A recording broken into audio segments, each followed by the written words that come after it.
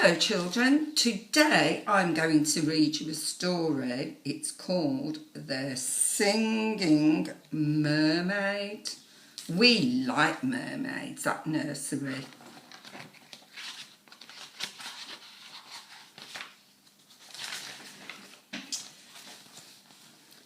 Did you ever go to Silver Sands on a sunny summer's day? Then perhaps you saw the mermaid who sang in the deep blue bay. She sang to the fish in the ocean, to the haddock and hake and ling, and they flashed their scales and swished their tails to hear the mermaid sing. And sometimes the singing mermaid swam to the silvery shore. She sat and she combed her golden hair, and then she sang some more.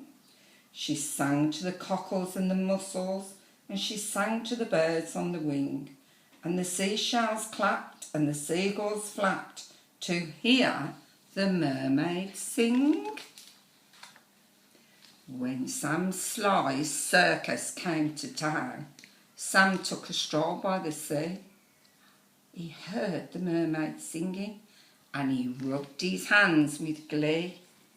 He said, "I can make you famous, and I can make you rich. You shall swim in a pool of marble and sleep on a fine feather bed. You shall sing for the lords and the ladies, and you shall sing for the queen and the king, and the young and the old will pay good gold to hear the mermaid sing." "Don't go, don't go," cried the seagulls. And the seashells warned, "He lies." But the mermaid listened to old Sam Sly, and she smiled as she waved her goodbyes.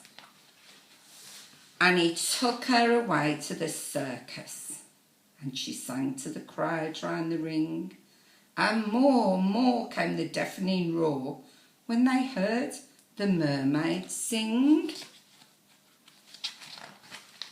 Now the mermaid shared a caravan with Annie the acrobat, and Ding and Dong the circus dogs, and Bella the circus cat.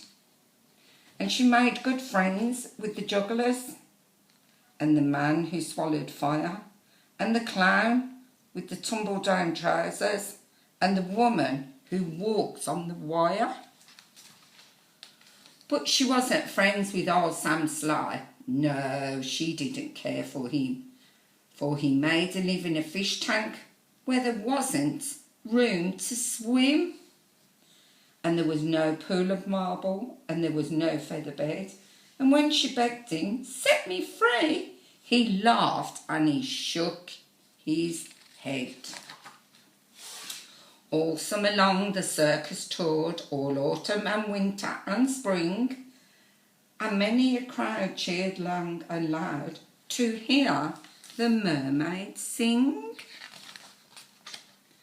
But the mermaid, she dreamed of silver sands, and she longed for the deep blue sea, and her songs grew sad, and again she said, I beg you, set me free."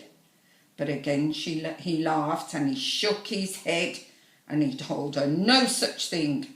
Here you will stay while people pay to hear the mermaid sing." At Silver Sands, a seagull was flying to her nest, when on the breeze he heard a song, and it was the song which he loved the best. He followed the song to the caravan.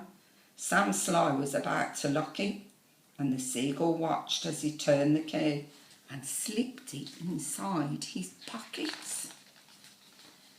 The seagull waited. The seagull waited till Sam had gone. Then he perched on the windowsill and he tapped on the window. He tapped with his yellow bill. Come back to Silver Sands. It's only a mile away.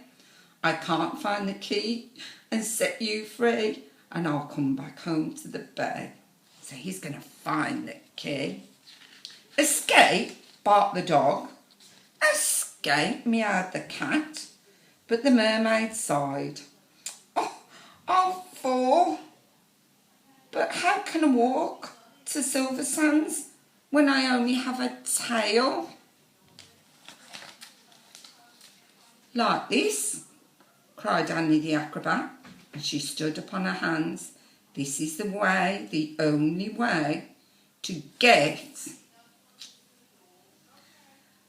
Like this, cried Annie the acrobat, and she stood on her hands. This is the way, the only way to get to Silver Sands. Right hand, left hand, tail up high. There's nothing to it. And if you give you lessons every night, you'll soon learn how to do it.